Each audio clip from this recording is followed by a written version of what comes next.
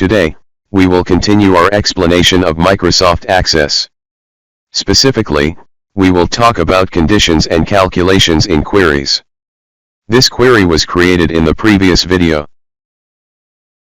And this is the result when running this query. These are the tables and fields for the query. If we want to create equations on the data in the query.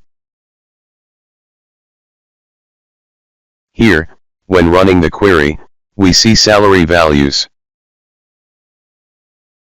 The salary field is called base cell in the employees table.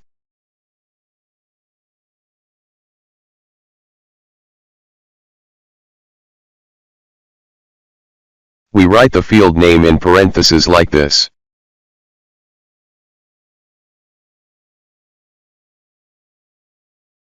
For example, we multiply it by 10%.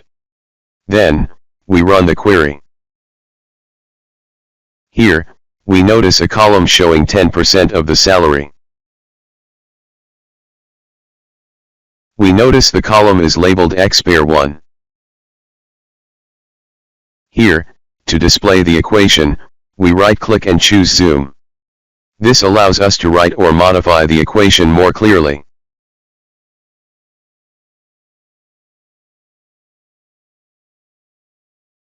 We change the column name to Income Tax. Click OK, then run. We notice the column name that displays the equation has changed.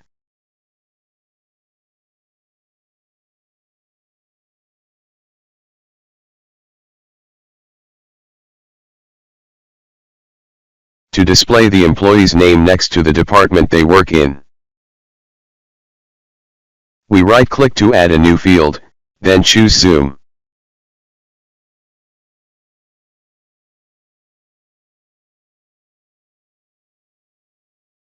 We write the title, Department they work in. We write the employee's name and the department field like this. Then, OK, and run the query. Here, we see the employee's name displayed next to the department.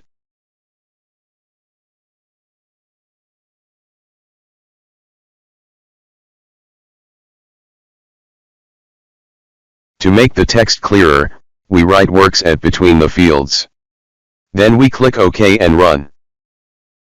We notice the display of the employee's name, works at, and the department name.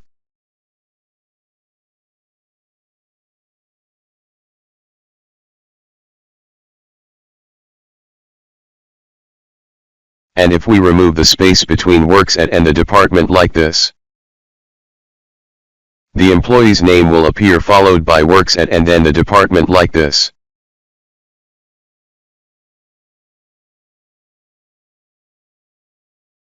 This is an example of performing a concatenation on text fields.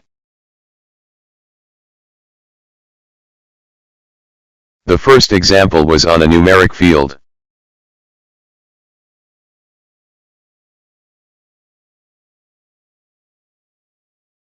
And this is an example of how to change the name of the field that displays the equation. By writing the name, then colon, and then the equation. So it appears like this.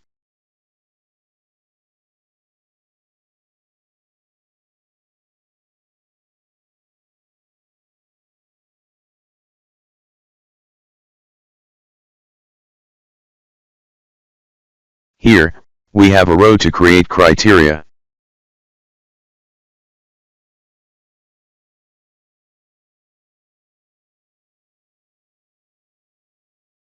Below it is a row labeled OR. Writing conditions in the criteria row means they must all be met. However, if conditions are written in this row along with OR, this means the conditions in the criteria row or the others must be met. For example, regarding the salary field,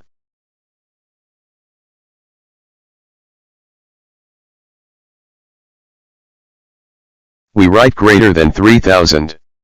It will display all employees whose salaries are greater than 3,000. and if we make it greater than 5,000, it will display salaries that are greater than 5,000.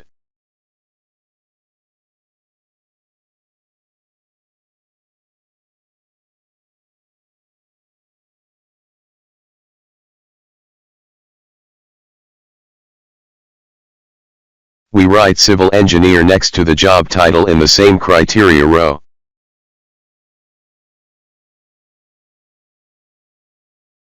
And we notice it's placed between quotation marks because it's text. Civil engineers with salaries greater than 5,000 will be displayed. Thus, it displays what meets both conditions. If we move the condition for civil engineer under or, it will show all civil engineers and everyone with salaries greater than 5,000. Here, we find civil engineers, but their salary is less than 5,000, because the display follows either the first or the second condition, so, the number of displayed records is greater than the previous case. When writing conditions in the criteria row, they must all be met. However, if they are written in both rows, either the first or the second condition must be met.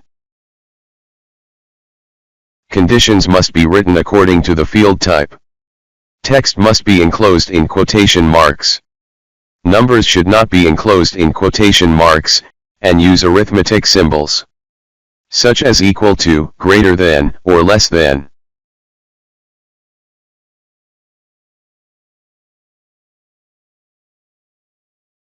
For example, we copy the state to use as a condition.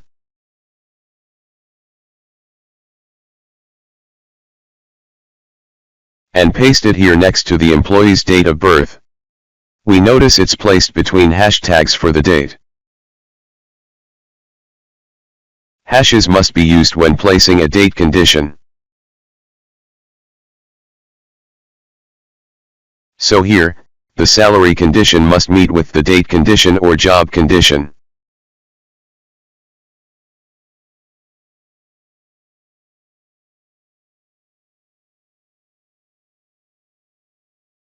Here, it displays all civil engineers and employees with salaries greater than 5,000 and a date of birth of 25/4/1990.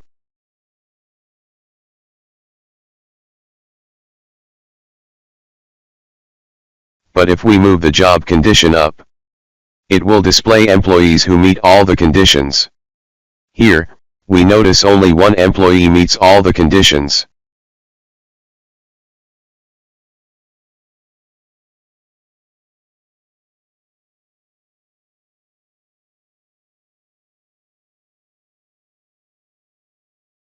We will explain what's known as a parameter. It is created to filter the query based on user inputs.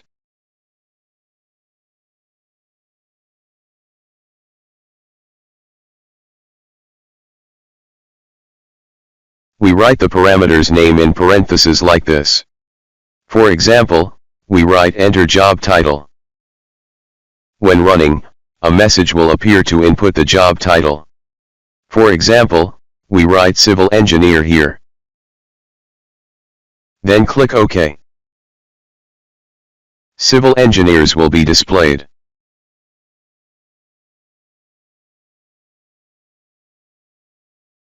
This allows the user to input the desired condition by clicking parameters to enter it here.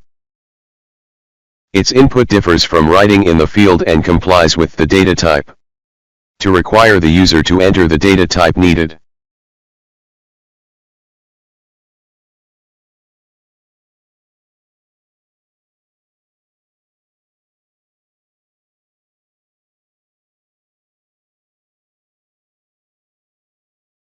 for example, entering this parameter and writing the data type, the user will be prompted to enter the job title.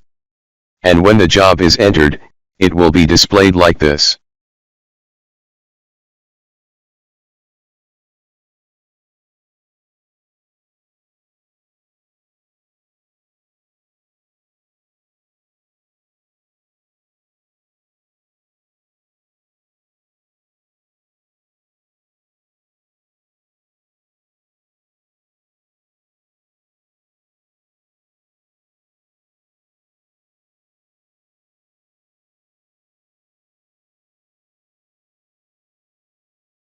For example, here we write enter salary at the salary field.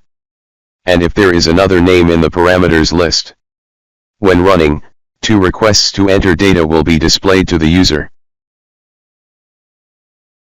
To avoid that, either write the parameter in the list or in the field box, or write the same text in both.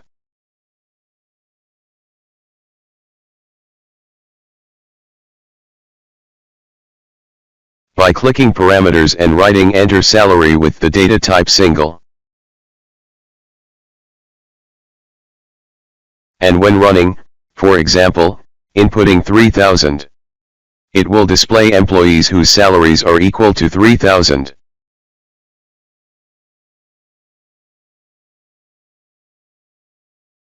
And if we enter the greater than sign here, and upon running, for example, entering the value 3,000, it will display salaries that are greater than 3,000. This way, a condition has been created on the value entered by the user. For example, if we write greater than or equal to, and upon running, the user inputs the value 3,000, it will display salaries greater than or equal to 3,000. Note that we wrote the parameter type as numeric, single. Upon running, the user entered text instead of a number like this. An error message will appear, indicating the need to input a number, not text.